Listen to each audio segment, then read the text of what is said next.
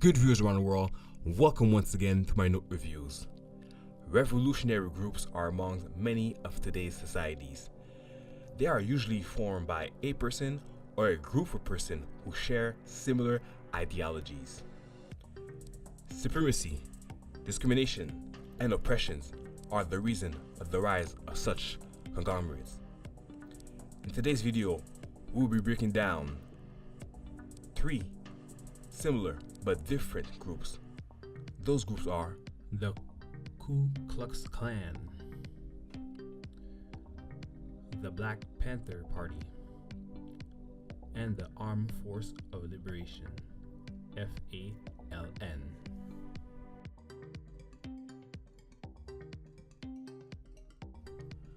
We'll begin with the Ku Klux Klan.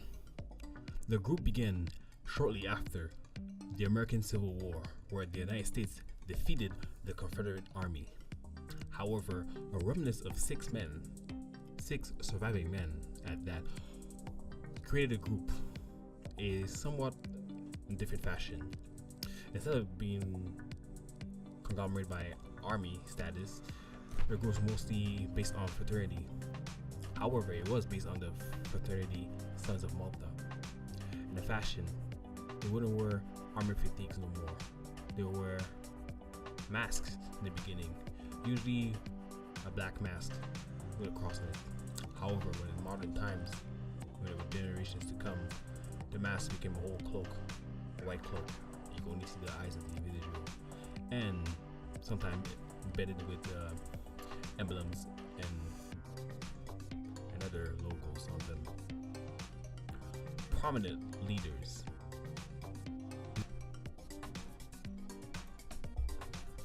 Leaders like William Joseph Simmons, James Colescott, David Duke, and in our modern time, Richard Spencer. If you're old enough, you might have surely heard of David Duke, a Grand Wizard, a former Grand Wizard at that, of the Ku Klux Klan. He also was a representative in the House of Representatives for the state of Louisiana. And nowadays he's quite popular, especially with the upcoming movie called Black Klansman, based on him and based on how a certain officer infiltrated the group. So David Duke is really a somewhat popular group. We're not sure if he's reformed, however, he still has ties to former KKKs and mostly to the new breed of white supremacists, like the alt-right, for example, Richard Spencer. You see, KKK has really transformed themselves or put themselves under a different umbrella. Rather being a hate group, an extremist group, they became more like a separatist group, and such as the like of alt-rights. If you look at alt-right, they look like a bunch of university graduates, clean cut, well-spoken, well-dressed, well-mannered, but the ideology is quite the same.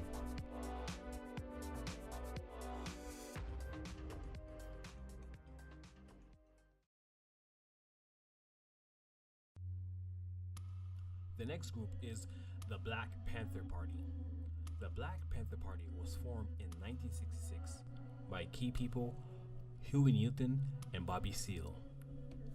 The reason why for the creation of the Panther is regarding the oppression that Black Americans at the time were facing in America. Police brutality, racism, discrimination, and so forth.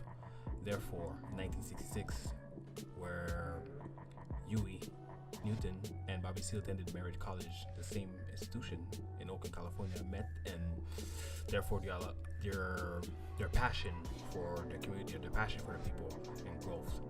Therefore, they created some type of a community center for families in aid. More so than that, they'll make their own schools, have their own educational system, their own groceries, nurseries, and anything that a normal community should have. However, after the assassination of Martin Luther King, things got more rattled. The Panthers seemed quite, engulfed because they would know that they'll be on the target list, and which they were, because FBI director at the time, J. Edgar Hoover, had the Black Panther #1 enemy, public enemy #1 at that time. The reason why the party was so much in the list of the FBI is because of the certain establishment that they set up in the East and the West Coast, and also with coordinated attacks that happened in Philadelphia, made the target even bigger, until the early 1980s, where the Panther was unfortunately dissolved.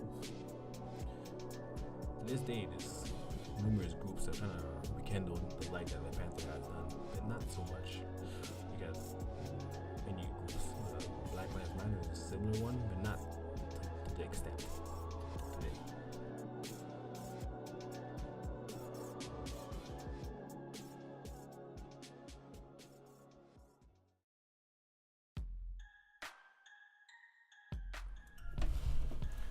The last group is Armed Forces of National Liberation, or FALN for the acronym in Spanish.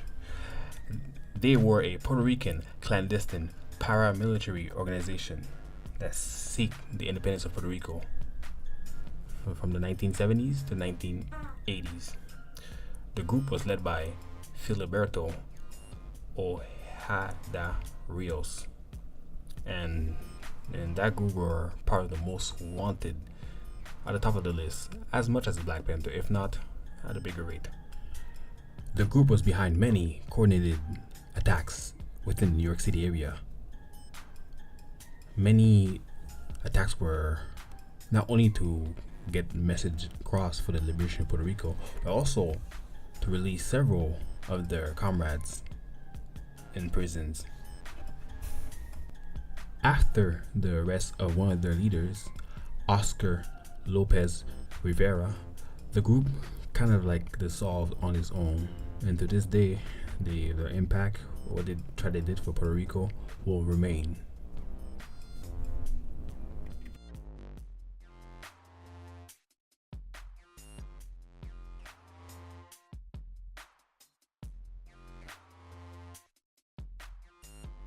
I conclude that all these three groups share a similar fashion of ways of separating themselves. However, the way they executed was quite different, and also the backstory of every group could also factor in that the differences. Ku Klux Klan being a white supremacist or a white separatist group, depending on which branch, and the Black Panther being a similar group for black people to separate themselves from other communities and build their own. And as for the Armed Forces Liberation, well, that's mostly a group that try to separate from try to succeed from the United States and try to be independent in themselves. But there are very similar but different at the same time. I encourage you viewers to watch documentaries about those three groups, and I also appreciate you watching this video. Like I always said, stay put, take notes, and move on to the next chapter.